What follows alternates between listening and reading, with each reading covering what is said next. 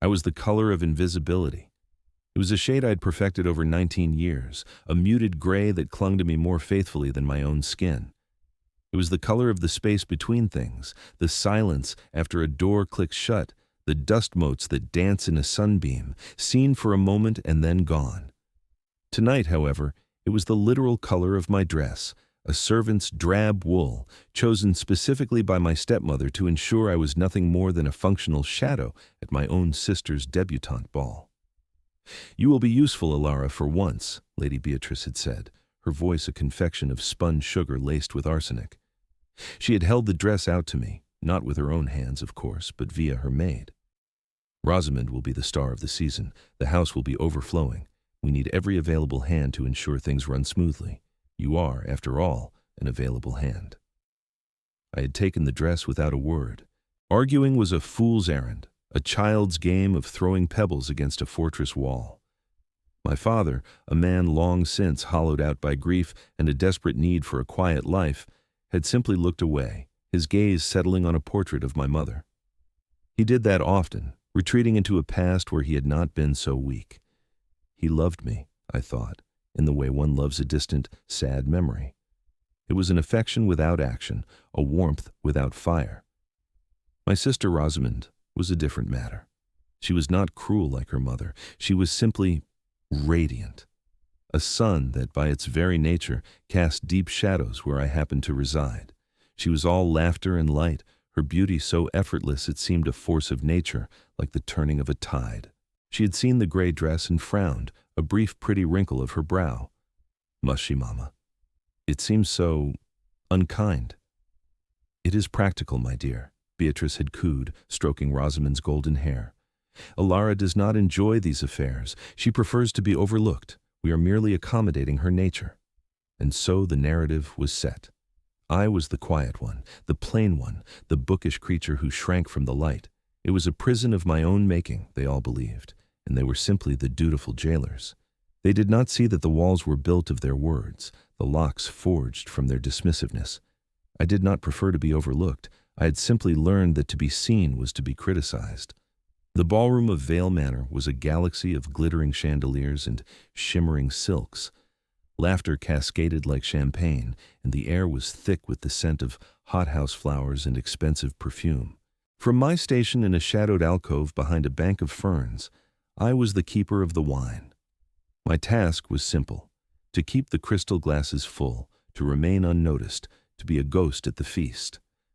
I watched Rosamund glide through the room, a vision in celestial blue, a constellation of suitors orbiting her. My father stood beside Beatrice, a proud smile fixed on his face, looking for all the world like a man who had everything he ever wanted.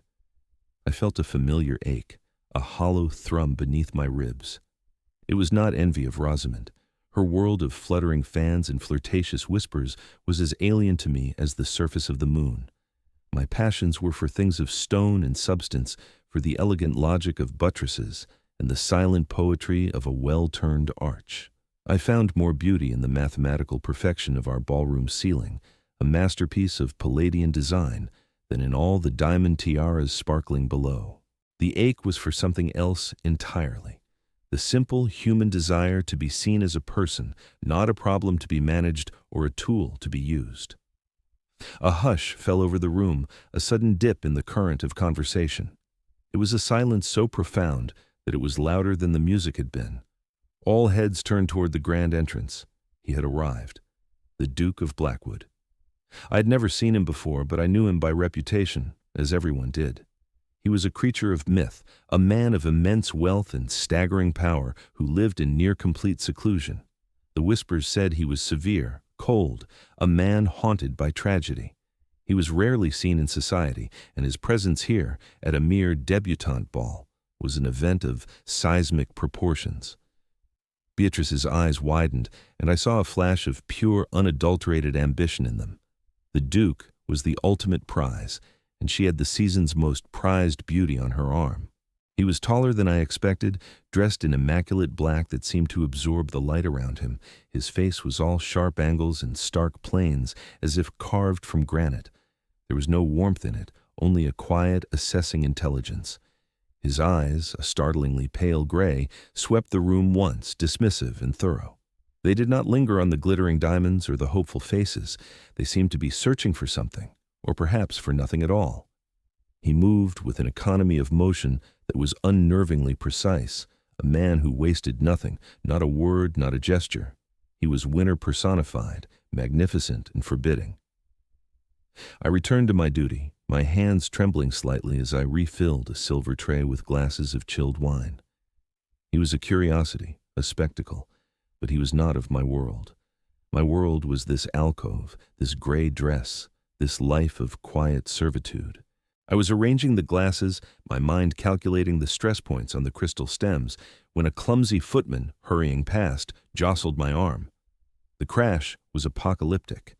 The silver tray clattered to the marble floor, and a dozen crystal glasses shattered, splashing crimson wine across the pristine white stone like a sudden shocking wound. Silence. Again. But this was a different kind of silence. It was sharp, accusatory. Every eye in the room swiveled to me. I was no longer invisible. I was a spectacle of failure, a clumsy servant who had marred a perfect evening. I saw Beatrice's face, a mask of fury. Her lips thinned into a white line. She took a step forward, her voice a low hiss that carried across the stunned room. "You useless, clumsy girl!" My blood ran cold. The public humiliation was a new, exquisite form of cruelty. I knelt, my hands shaking uncontrollably, and began to pick up the larger shards of glass, my gaze fixed on the floor. I could feel hundreds of pairs of eyes on me, some pitying, some scornful, all of them burning into my skin. I wished the floor would swallow me whole. "Leave it." The voice was low, calm, and possessed an authority that cut through the thick judgmental air like a blade cuts through silk. It was not my father's. It was not a servant's. I looked up, my eyes wide. The Duke of Blackwood stood before me. He had crossed the entire length of the ballroom, ignoring the throng of society's elite, ignoring my radiant sister, ignoring my fuming stepmother, and had stopped directly in front of me, the clumsy girl in the servant's dress. He was not looking at the mess on the floor. He was looking past me, up at the ceiling. "The coffering," he said, his voice still quiet but resonating in the charged space. "It's a replica of the Basilica Palladiana, is it not? But the architect who built this house made a critical miscalculation. The transverse ribs are bearing too much of the load. Over time, it will cause stress fractures in the clerestory." The room was utterly, completely dumbfounded. He had not offered pity. He had not admonished me. He had looked at me, the girl kneeling in a puddle of wine, and spoken of architecture.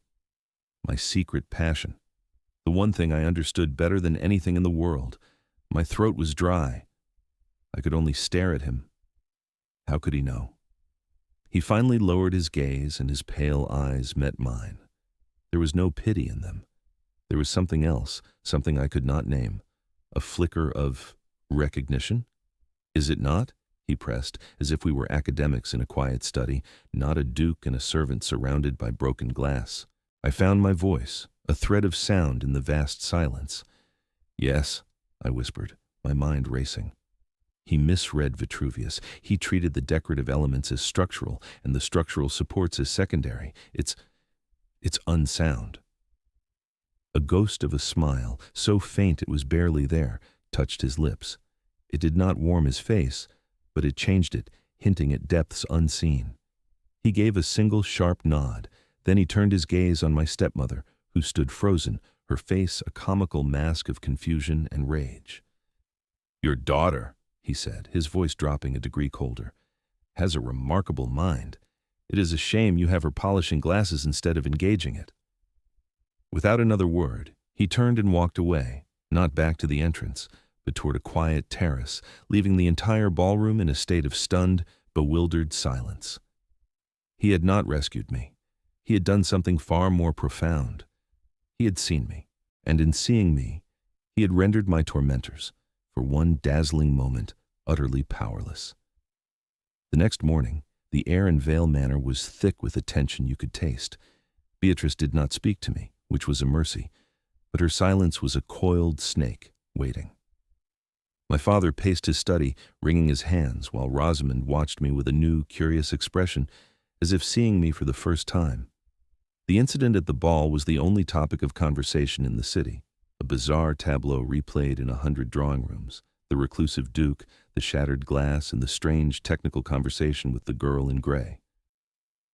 I hid myself in the library, the only room in the house that felt like a sanctuary. I expected the fury to fall at any moment. I expected to be punished, to be locked away, to have my books taken from me. What I did not expect was the footman, his eyes wide with awe, appearing at the library door holding a thick cream envelope embossed with an unfamiliar crest, a wolf's head, stark and noble, the seal of the Duke of Blackwood. "For you, miss," he breathed, holding it out as if it might bite him. My hands trembled as I took it. It was addressed not to Lord Vale, not to Lady Beatrice, but to Miss Elara Vale. My name, written in a strong, decisive hand. I broke the wax seal, my heart hammering against my ribs like a trapped bird. The note within was brief, its elegance a sharp contrast to its shocking content. "Miss Vale, our conversation was regrettably cut short. I would be pleased if you would join me at Blackwood House this afternoon at 2 o'clock to continue it. My carriage will be sent for you." Blackwood. It was not a request. It was a summons, a command cloaked in polite language. I read it 3 times, the words blurring. Hope was a dangerous, terrifying thing. I had spent my life learning to crush it before it could take root, yet here it was, an impossible green shoot pushing its way through the compacted earth of my resignation. I felt a dizzying surge of panic and a wild, unfamiliar flutter of excitement. Beatrice's reaction was volcanic. "Absolutely not. It is a trick, a mockery. He means to humiliate you further, to humiliate us all." "He is a duke, Beatrice," my father said, his voice wavering but firm for once. "We cannot refuse him. She must go." His eyes met mine, and for a fleeting second, I saw a flicker of something that looked like pride. It vanished as quickly as it appeared, but it was enough. And so, dressed in my best day dress, a simple brown muslin that now felt hopelessly inadequate, I was handed into a carriage that was the physical embodiment of power. It was lacquered black, polished to a mirror shine, the crest of the wolf's head emblazoned on the door in silver. The interior was upholstered in dark gray velvet, the silence within absolute. It was like being transported in a fragment of the night. Blackwood House was not a house, it was a fortress. A magnificent Gothic statement of stone and will, it stood on a hill overlooking the city, remote and imposing. It had none of the frivolous charm of the other great houses. It was beautiful, but its beauty was severe, a testament to strength and endurance. I understood it instantly. I was led not to a frivolous drawing room, but to the heart of the house, the library. My breath caught in my throat. It was not one room, but 3, connected by grand arches, with 2 stories of floor-to-ceiling bookshelves accessible by rolling ladders of dark, polished mahogany. The air smelled of old paper, leather, and beeswax. It was the most beautiful place I had ever seen. It was a cathedral dedicated to knowledge. He was standing by a fireplace, one arm resting on the marble mantelpiece. He was dressed simply, again in black, without the formal jacket he had worn at the ball. The severity was still there, but in his own space, it seemed less like a wall and more like a part of the architecture of his being. "Miss Vale," he said, his voice the same low, calm instrument I remembered. "Thank you for coming." "Your Grace," I managed, curtsying. The formality felt absurd after the raw strangeness of our first meeting. He gestured to a pair of worn leather armchairs by the fire. "Please." I sat, perching on the edge of the cushion, my hands clenched in my lap. I felt like an imposter, a field sparrow that had accidentally flown into an eagle's eyrie.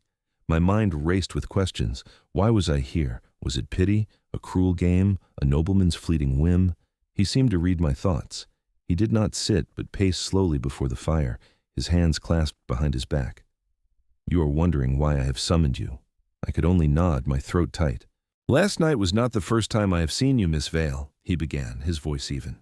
4 years ago I was passing the old city hall during its restoration. I saw you there. You were little more than a girl. You were speaking to one of the stonemason's apprentices, a boy no older than yourself. You were explaining to him why the original groin vault had failed, gesturing to the buttresses. You spoke of tensile strength and the misapplication of Roman techniques in a Gothic structure. You used the correct terminology. You were not showing off. You were simply teaching. I stared at him, my mind reeling back. I remembered that day. It was a stolen hour of freedom. I had been fascinated by the restoration work, and the apprentice had been curious. I had simply shared what I knew, what I had learned from the books that were my only friends. I never imagined anyone of consequence had been listening. I asked who you were, the Duke continued, his pale eyes fixed on my face. I was told you were Lord Vale's other daughter, the quiet one.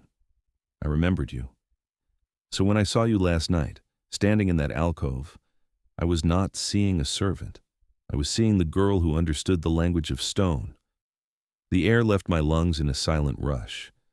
It was not pity. It was not a game. It was memory. It was recognition. He had seen a flicker of my true self years ago and had not forgotten it. My stepmother, I began, then stopped, unsure of what to say. Your stepmother is a fool, he stated, the words flat and final. She has a diamond and uses it to crack nuts. He stopped pacing and picked up a heavy leather-bound book from a nearby table. He held it out to me. I believe this might interest you. It is a first edition of Alberti's De Re Edificatoria. The annotations in the margins are particularly insightful. I took the book with reverent hands. It was a treasure beyond imagining. My fingers traced the gilt lettering on the spine. It was a small act of kindness, but it felt monumental. It was a key, an offering, an acknowledgement of the person I kept hidden from the world. Why? I whispered, looking up at his stern, unreadable face. Why are you doing this? He looked at me for a long moment, his expression unchanging, yet I felt as if he were seeing every layer of fear and hope and confusion inside me.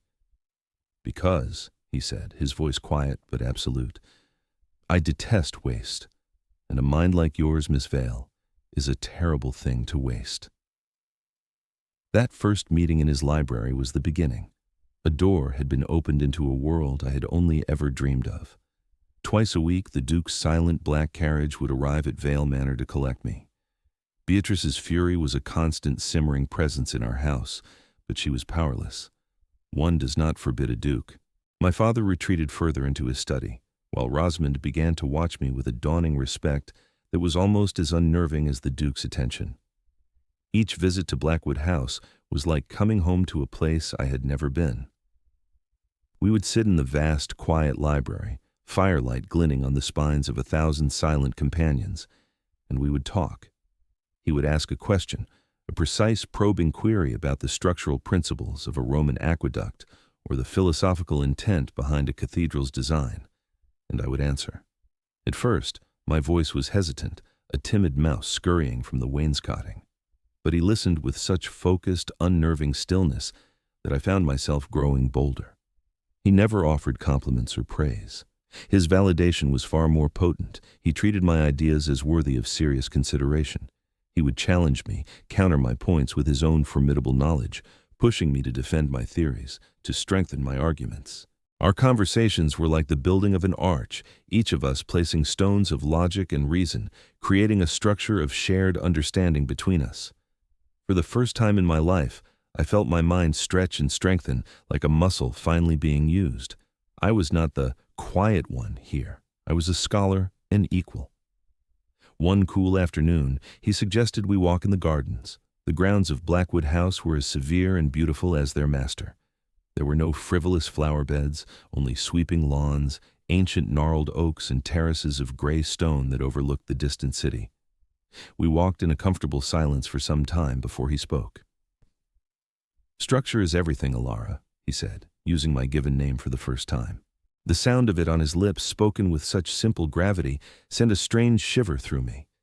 In buildings, in arguments, in people, a flawed foundation, a hidden weakness, it will inevitably lead to collapse.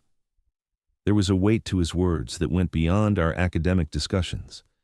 I glanced at his profile, stark against the pale sky. The rumors of a past tragedy had always clung to him. I felt a sudden daring impulse to understand the man, not just the Duke. What was the flaw, Your Grace? I asked softly. He stopped walking and turned to face me. His pale eyes were distant, looking at something only he could see.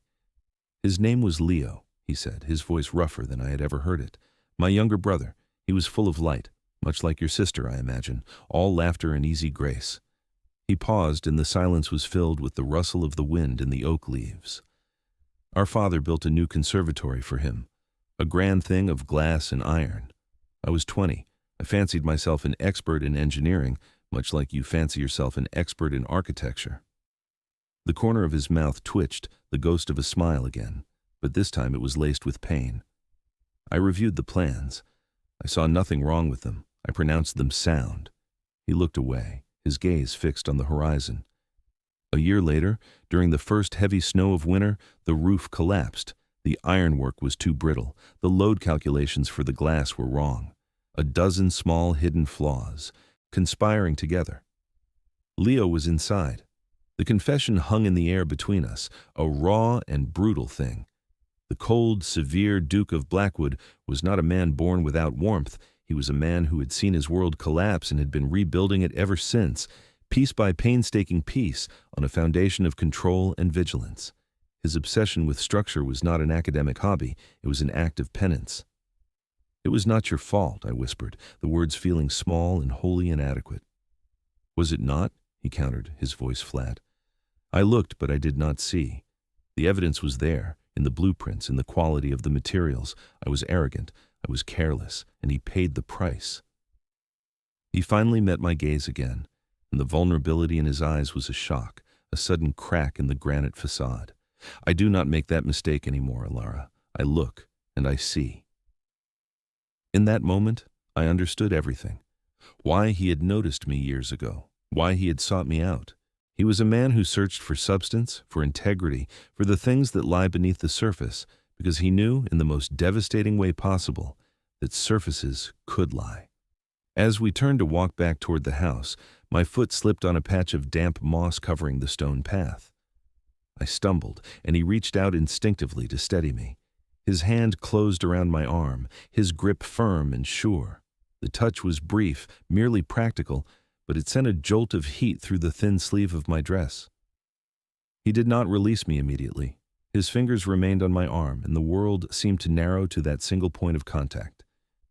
It was not a lover's caress, not the casual touch of a friend.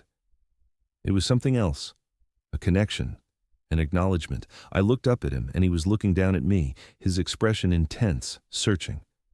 For a breathless second, the vast space between Duke and overlooked girl, between master and guest, vanished completely. There was only Alaric and Elara. He drew his hand back as if the touch had burned him, and the mask of polite distance fell back into place. But it was too late.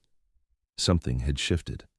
A boundary had been crossed. The carefully constructed wall between us had been breached, and I knew, with a terrifying, exhilarating certainty, that neither of us could ever fully rebuild it.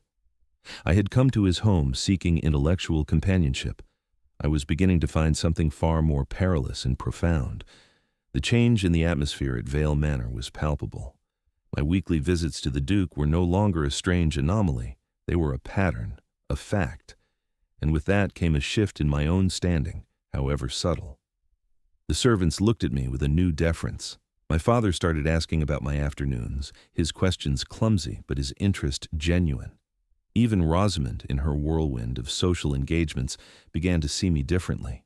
One evening, as I was reading in the library, she came and sat opposite me, an unusual frown on her perfect face. "He is very taken with you, is he not?" she said, her voice uncharacteristically quiet. "The Duke, I mean." "We discuss architecture," I replied, my eyes fixed on my book, my heart quickening its beat. "Elara," she said, and I was forced to look up. "No man, not even a duke, spends this much time discussing architecture with a young woman unless he is taken. The whole city is talking about it." She hesitated. "Mama is furious. She says you have bewitched him, that you are a cunning little schemer."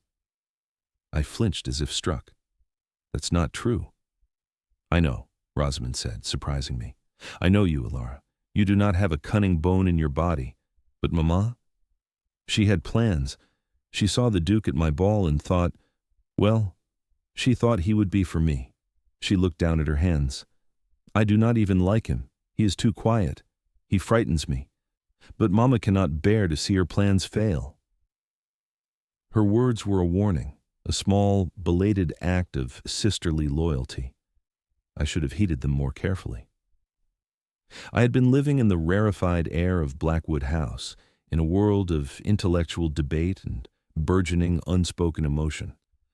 I had forgotten the vicious politics of my own home. I had forgotten the lengths to which my stepmother would go to get what she wanted.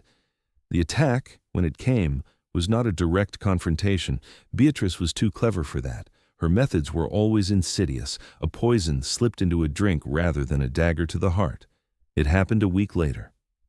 I was preparing for my scheduled visit to Blackwood House, a flutter of anticipation in my chest that had become as familiar as breathing. The black carriage was due any moment, but it did not arrive. 2 o'clock came and went, then 3. By 4, a cold dread had begun to seep into my bones. He had never been late. He was a man for whom punctuality was an article of faith. Beatrice found me by the window, watching the empty road. She had a smile on her face, a triumphant, venomous little thing.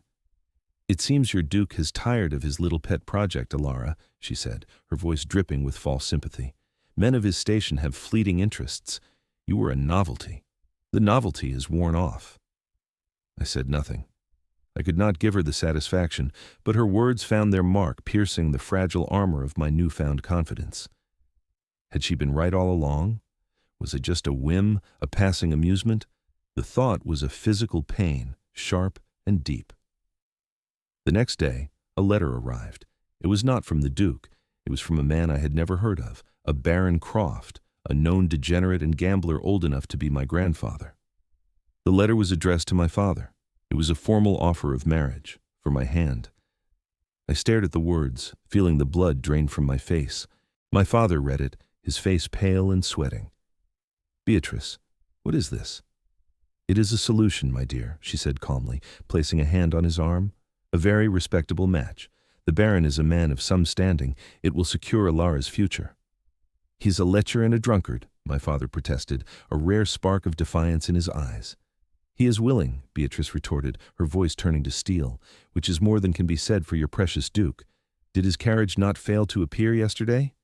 He is done with her. I have merely been prudent and arranged an alternative. We cannot have an unmarried girl of her age and disposition lingering about the house. The contract is all but signed."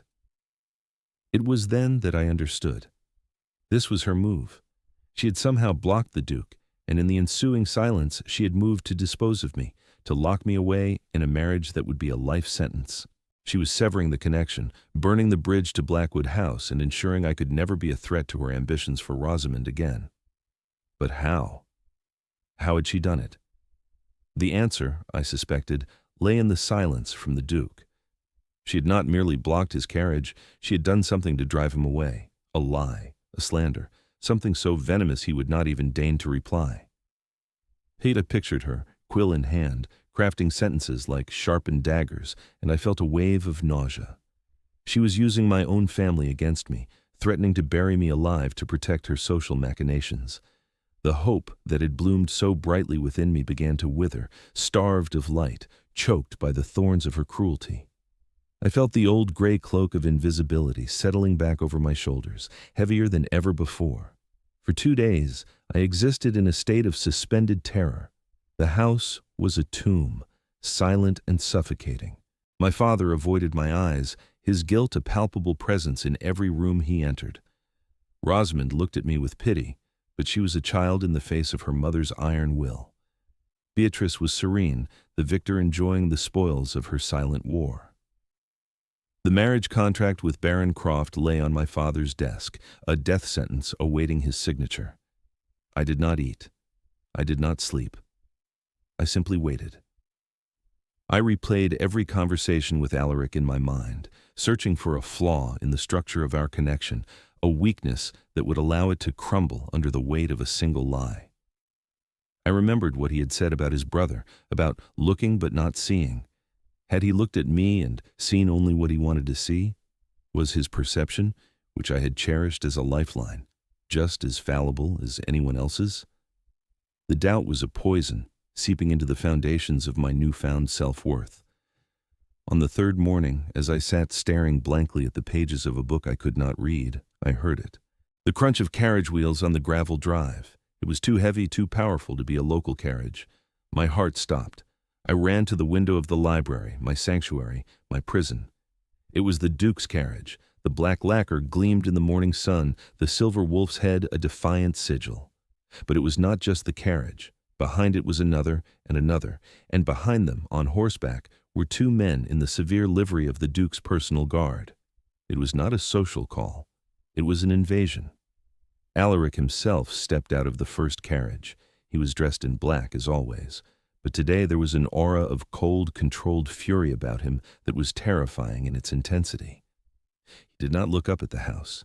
He simply walked to the front door, his stride measured and inexorable. The butler, flustered, opened the door before he could even knock. "Your Grace." "Announce me to Lord Vale and his family," the Duke commanded, his voice low and resonant with power. "I will wait in the main drawing room. I expect them immediately."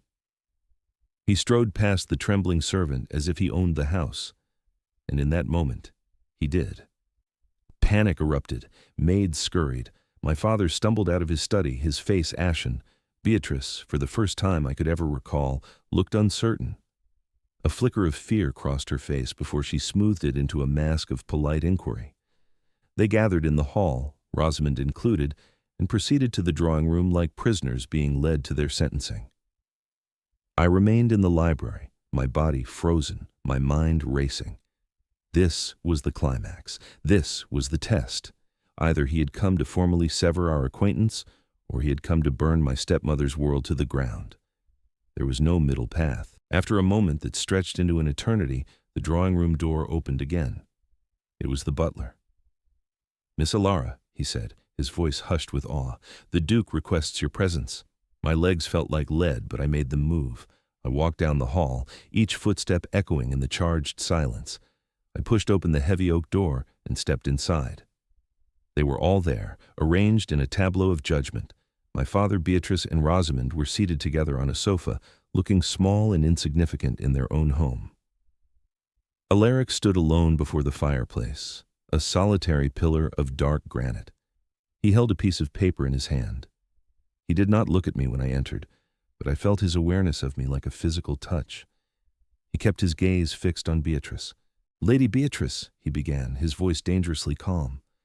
"2 days ago I received a letter from you." He held it up. "It is a fascinating work of fiction. You claim that your stepdaughter is mentally unstable, prone to delusions of grandeur. You suggest she has been attempting to entrap me. Most creatively, you imply she is illegitimate, a stain on your family's honor. It is a very thorough assassination of character." Beatrice paled, but she held her ground. "Your Grace, I wrote to you only out of concern, as a mother. The girl is fragile. I feared you were being taken advantage of by her fantasies." "Did you?" the Duke said, his voice dropping even lower. He took a step forward. "Your concern is admirable, so admirable, in fact, that it prompted me to make my own inquiries. Not into Miss Vale's character, which I know to be unimpeachable, but into yours." He let the silence hang in the air for a beat. "A structure, Lady Beatrice, is only as strong as its foundation, and the foundation of your life here appears to be built on a series of rather significant lies." He produced another set of documents from his coat pocket, tied with a black ribbon. "These are the financial records for the Vale estate, dating back to your marriage to Lord Vale. And these," he added, producing another sheaf of papers, "are the details of your late predecessor's dowry, a significant sum which was legally settled upon her only child, Elara, to be held in trust until her marriage." My father gasped. I stared, uncomprehending. I had never known. A trust," the Duke continued, his voice slicing through the room, "which you have been systematically plundering for the last 10 years, to fund your gowns, your jewels, your daughter's extravagant debut. The money you used to secure this house to host your ball, it was not your husband's, it was hers." He pointed a single damning finger at me. The truth was a physical blow. The years of scrimping, of being told I was a burden, a drain on the family's resources, all of it had been a lie to cover her theft. My own inheritance had been used to decorate my prison. "Lies! Slander!" Beatrice shrieked, her mask of composure shattering completely. She sprang to her feet. "You cannot prove any of it." "I can," Alaric said, his voice like chipping ice.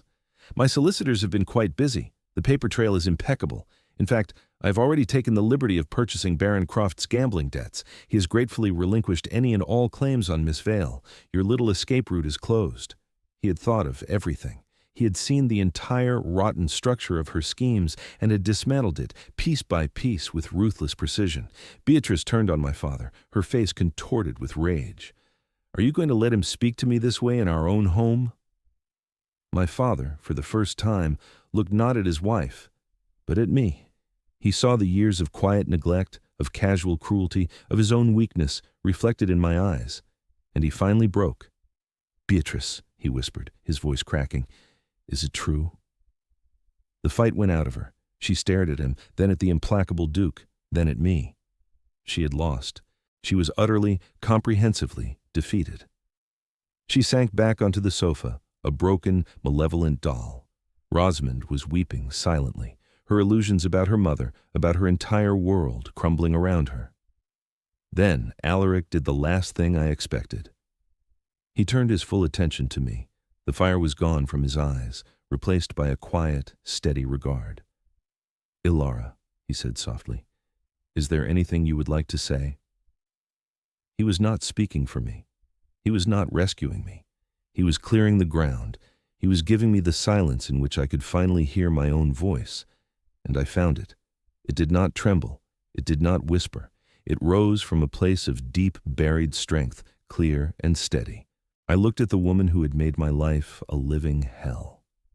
"You did not make me invisible, Beatrice," I said, my voice resonating with a power I never knew I possessed. "You just chose not to see me.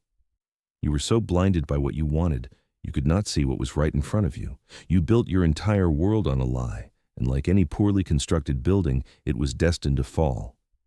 Then I turned to my father. "And you let her. You stood by and watched. Your silence was your choice." The words were not angry. They were simply true. A profound, aching sadness filled me, but the fear was gone. I looked at Beatrice one last time, at the ruin of her face, and I felt nothing. Not hatred, not pity, just a vast, empty distance. She was no longer a monster in my mind. She was just a small, greedy woman whose schemes had failed. I took a deep breath, the first truly free breath of my life. "I am done," I said to all of them. And then I turned, walked over to Alaric, and stood beside him. I had chosen my foundation. He led me from the drawing room, leaving the wreckage of my old life behind. We did not speak as we walked through the hall of Vale Manor for the last time. The servants averted their eyes, not out of fear, but out of a deep and sudden respect. Rosamund ran out after us, her face streaked with tears. "Elara, I am so sorry," she sobbed. "I never knew." I paused and looked at my sister, truly looked at her, and saw not the sun that had cast me in shadow, but just a girl, lost and afraid. I touched her arm. "I know," I said, and it was the truth. Then I continued on, out the front door, and into the clean, bright air. The black carriage door closed, sealing us in its quiet, velvet world. The carriage lurched forward, carrying me away from the only home I had ever known, toward a future that was a terrifying, brilliant, blank page. I looked at Alaric, at his severe, beautiful face, and my carefully constructed composure finally crumbled. A single tear tracked a path through the dust of my old life, then another. I did not sob. I simply wept, silent tears of grief and release for the girl I had been and the woman I was finally becoming. He did not touch me. He simply sat in the silence with me, a steady, solid presence, letting the storm pass. We did not go to Blackwood House. Instead, the carriage took a winding road up into the hills above the city. It stopped on a windswept ridge where the whole of the landscape was laid out below us, a map of fields and rivers under a vast open sky. He led me from the carriage to a simple stone bench that faced the view. The wind was cool and clean, whipping strands of hair across my face and carrying away the last vestiges of the drawing room's suffocating atmosphere. We sat for a long time in silence, watching the clouds drift. The quiet between us was no longer the formal space of a duke and his guest, but the deep, resonant silence of two people who had passed through a fire together. He had seen the ugliest parts of my life, and he had not flinched. Finally, he turned to me. "I did not do that for you, Elara," he said, his voice low and earnest. I looked at him, confused. "What do you mean?" "I did not expose her to rescue you," he clarified, his pale eyes intense. "You do not need rescuing. You have a spine of absolute steel. I have seen it from the very beginning. All I did was remove the obstacles that were preventing you from standing up on your own. I cleared the rubble so you could see the sky. The rest, you did yourself." His words were the most profound gift he could have given me. He was not a prince saving a damsel. He was an architect who respected the integrity of another's structure. He saw my strength, not my victimhood. He valued my agency, not my dependence. "Your inheritance will be fully restored," he continued, his tone becoming more practical. "You will be financially independent. You are free to go wherever you wish, to study, to travel, to build whatever life you choose." I looked out at the horizon, at the endless possibilities. For the first time, my future was not a narrow corridor, but an open vista.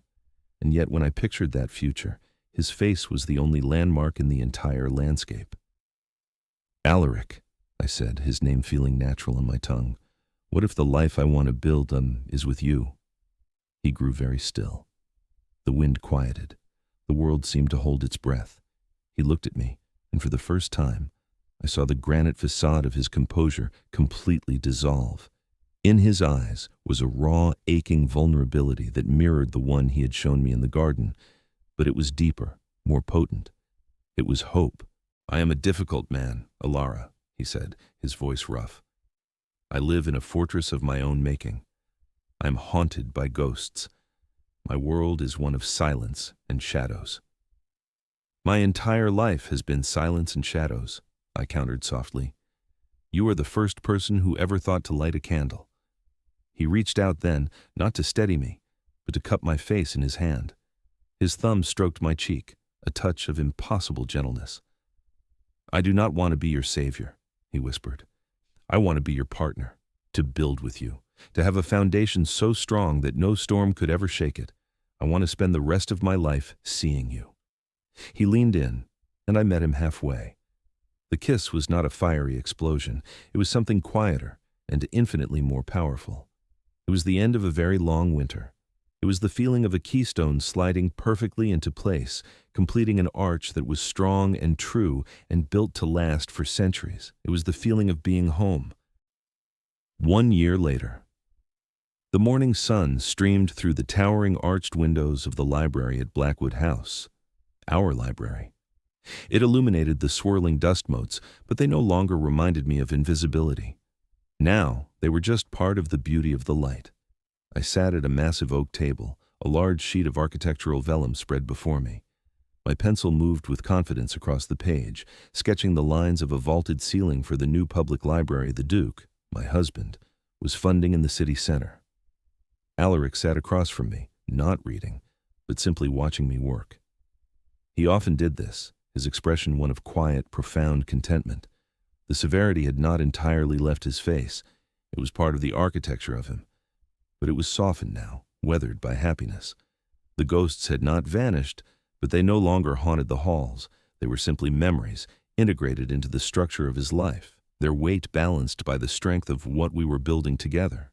He reached across the table and placed his hand over mine, stilling my pencil. I looked up and smiled. "The transverse ribs, Your Grace," he said, a rare, genuine smile transforming his face. "Are you certain they can bear the load?" I laughed, a sound that was still new and wonderful to me. "I'm the Duchess of Blackwood, Alaric. I'm quite certain my calculations are sound." He brought my hand to his lips and kissed my knuckles. "I have no doubt," he said. I looked around the magnificent room, at the thousands of books that had become my friends, at the man who had become my world. I thought of the girl in the gray dress, the ghost in the alcove, and I felt a deep, abiding peace. Alaric had not given me a voice. He had not given me strength.